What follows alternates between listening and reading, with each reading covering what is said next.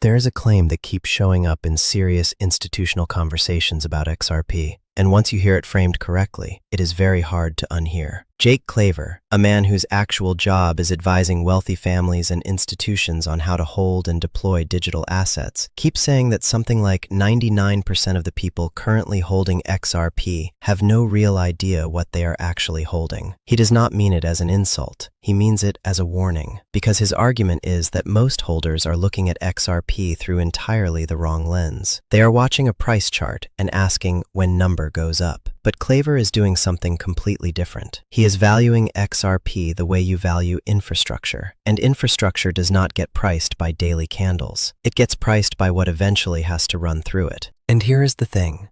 That same reframe, from lottery ticket to infrastructure, is exactly what Brad Garlinghouse communicated when he sat before the United States Senate this week. Not with words alone, with the seat itself.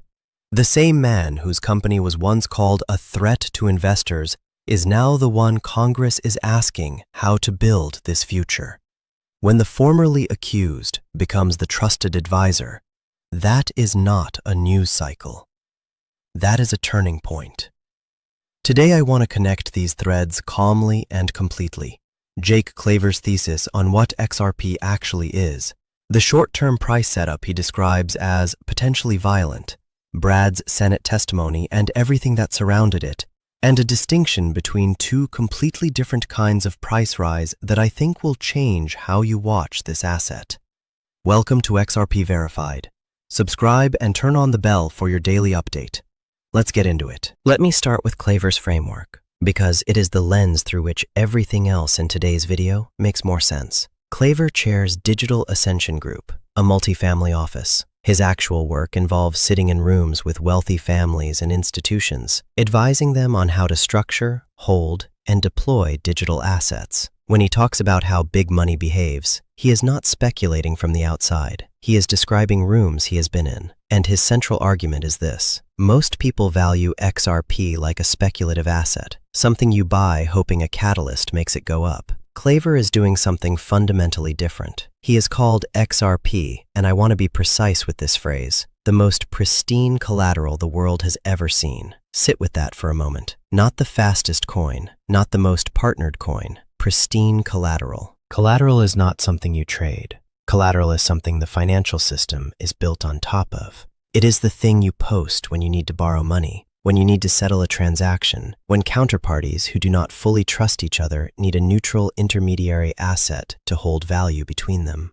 Claver's argument is that XRP, deflationary, finite supply, no staking rewards competing with its use as collateral, native to a ledger built specifically for institutional settlement, is uniquely suited to become the neutral collateral layer for the tokenized financial system that is being built right now. And if you accept that framing, even partially, then the price you see on your screen today is not the market valuing XRP correctly. It is the market looking at XRP through the wrong lens entirely. Now let me get specific on the short-term picture, because Claver has actually put numbers on this, and the framing he uses around those numbers is the part most people miss.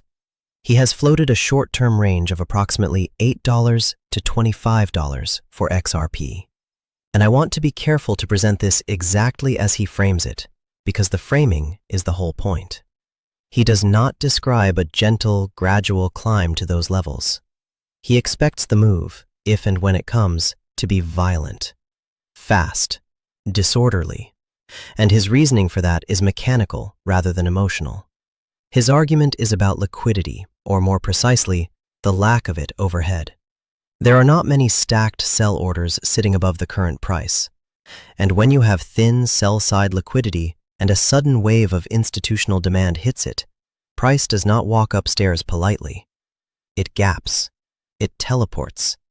It moves in a way that feels almost unfair to anyone watching from the sidelines. He has even pointed to specific moments where XRP briefly spiked to extreme prices on certain trading venues, wicks reaching toward the $90 to $100 area on some exchanges. And his read on those is not that they were glitches. He reads them as previews, small cracks of thunder showing you what is possible when liquidity gets thin and demand gets loud simultaneously. Now here is my honest assessment of that argument, because this channel gives you both sides. Thin liquidity is a double-edged sword. Yes, it can absolutely create the violent move up that Claver describes, but it can also cut the other way on the way down. Thin markets move fast in both directions. So I'm not here to promise you $25. But I will tell you what I think the genuinely important lesson is. It is not the specific number. It is the shape of the move he is describing. His core point is that XRP probably will not give you a comfortable, gradual on-ramp where you get to calmly decide at every level whether you want to add more. The kind of repricing he is describing tends to happen to people rather than for them, and that is a very different thing to prepare for emotionally.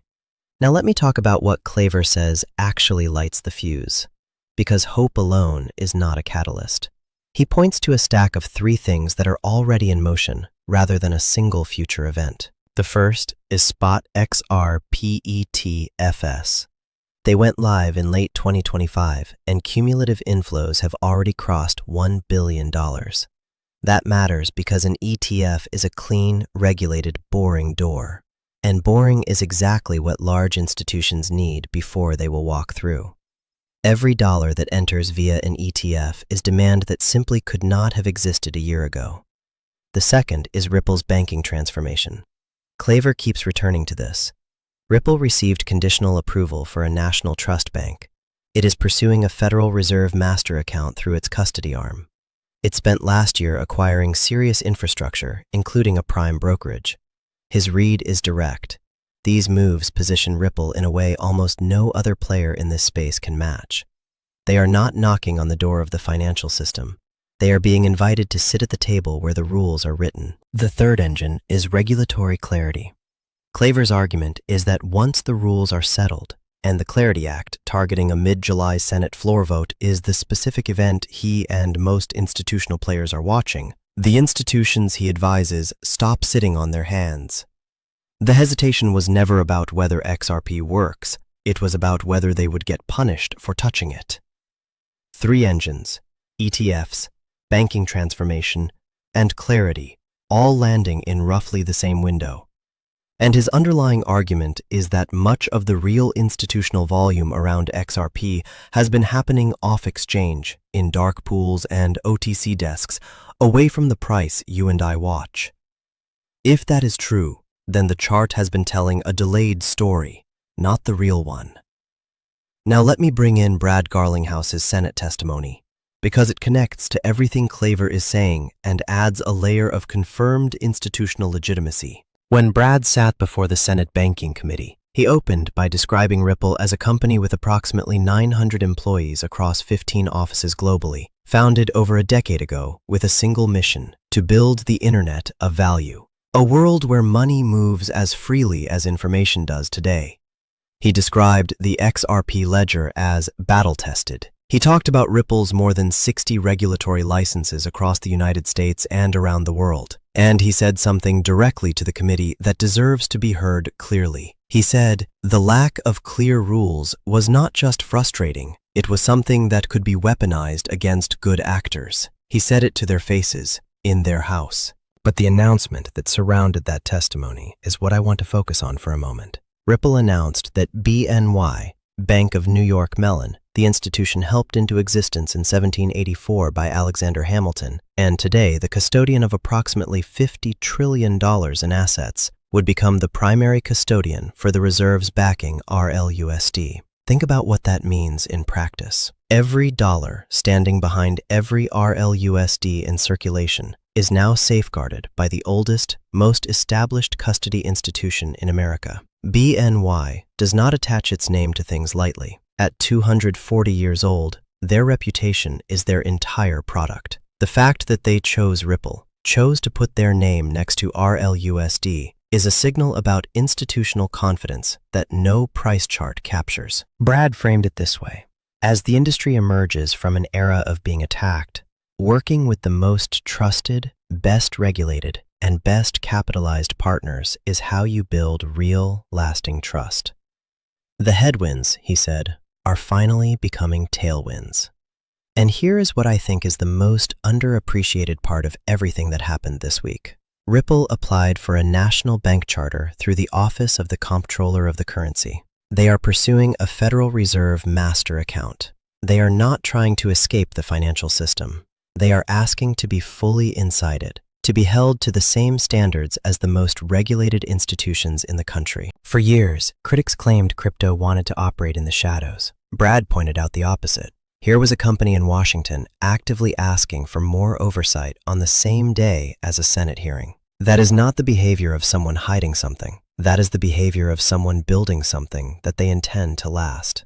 Now I want to talk about something that does not get enough discussion: the distinction between two completely different kinds of price rise. Because I think most XRP holders are emotionally and strategically preparing for the wrong one. The first kind is what most people mean when they say bull run or alt season. It is loud, fast, and driven by speculation and sentiment. Prices jump because everyone is suddenly paying attention. It is exciting. It is also fragile because it is built entirely on mood. When the mood shifts, the move reverses. The second kind is fundamentally different. It is a utility run, not driven by excitement, driven by need.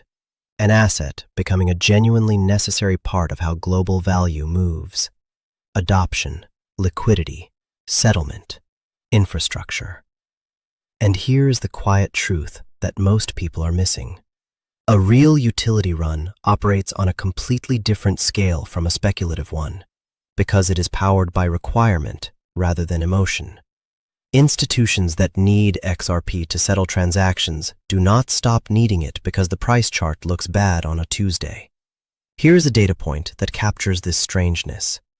Over a recent period, XRP's price was down approximately 27% in a quarter, and yet daily transactions on the XRP ledger reportedly surged approximately 35% during that same window. The price chart told one story: weakness. The network told a complete opposite story: more usage, more movement, more life. When usage rises while price falls, that is at least worth asking which number is the more honest signal about where this is heading. Now let me give you the honest picture, the risks and the uncertainties, because the verified brand means nothing if we only show you the good side. Claver has been wrong on timing before. He made predictions for 2025 that did not materialize on the schedule he suggested. He acknowledges this directly, and his response is that the timeline slips, but the thesis does not. Being early feels exactly like being wrong until the moment it does not. The violent short-term move he describes requires specific conditions to align: fin liquidity, a catalyst event, institutional demand arriving simultaneously. None of those are guaranteed to coincide on a specific date. BNY partnering with Ripple is significant, but RLUD still sits at approximately $500 million in market cap. Meaningful growth, but still small relative to USDT and USDC. The stablecoin market is competitive, and Ripple is not the only player being considered by institutions. The Clarity Act is approaching, but not passed. Galaxy Research estimates approximately 60% probability before the August recess. That is a meaningful probability, but it also means a 40% probability of delay. And every delay extends the window of regulatory uncertainty that keeps some institutional capital on the sidelines. CZ, the founder of Binance, was asked directly whether 2026 was becoming the supercycle he had described. His answer was a masterclass in honest humility. He said this feels like a winter, not a supercycle. And then he said the thing that matters most. Will crypto die? Absolutely not. Crypto will keep growing. The supercycle will come. I am just not sure when. That combination, honest about timing, confident about direction, is the framework I think every XRP holder should carry right now. Here are your 4 takeaways for today. The lens matters more than the price. If Claver is right that XRP is pristine collateral rather than a speculative asset, then everything changes about how you should watch it, hold it, and think about its value. The stack is real and already in motion. ETFs passed $1 billion in inflows. BNY as RLUSD custodian. National Bank Charter application. Senate testimony. Clarity Act approaching. These are not future promises, they are confirmed present developments. The shape of the move matters. Claver's argument is not just about a number. It is about the fact that thin liquidity means the repricing, when it comes, will not give you a comfortable on-ramp. The people positioned before the move capture it. The people waiting for confirmation tend to miss it. Two kinds of rise. Most holders are prepared for the loud speculative version. The utility version, driven by need rather than mood, is quieter, slower to build, and potentially far more durable. The XRP ledger, seeing 35% more transactions while the price fell 27%, is a signal worth sitting with. Stay informed, stay patient, and as always, stay verified.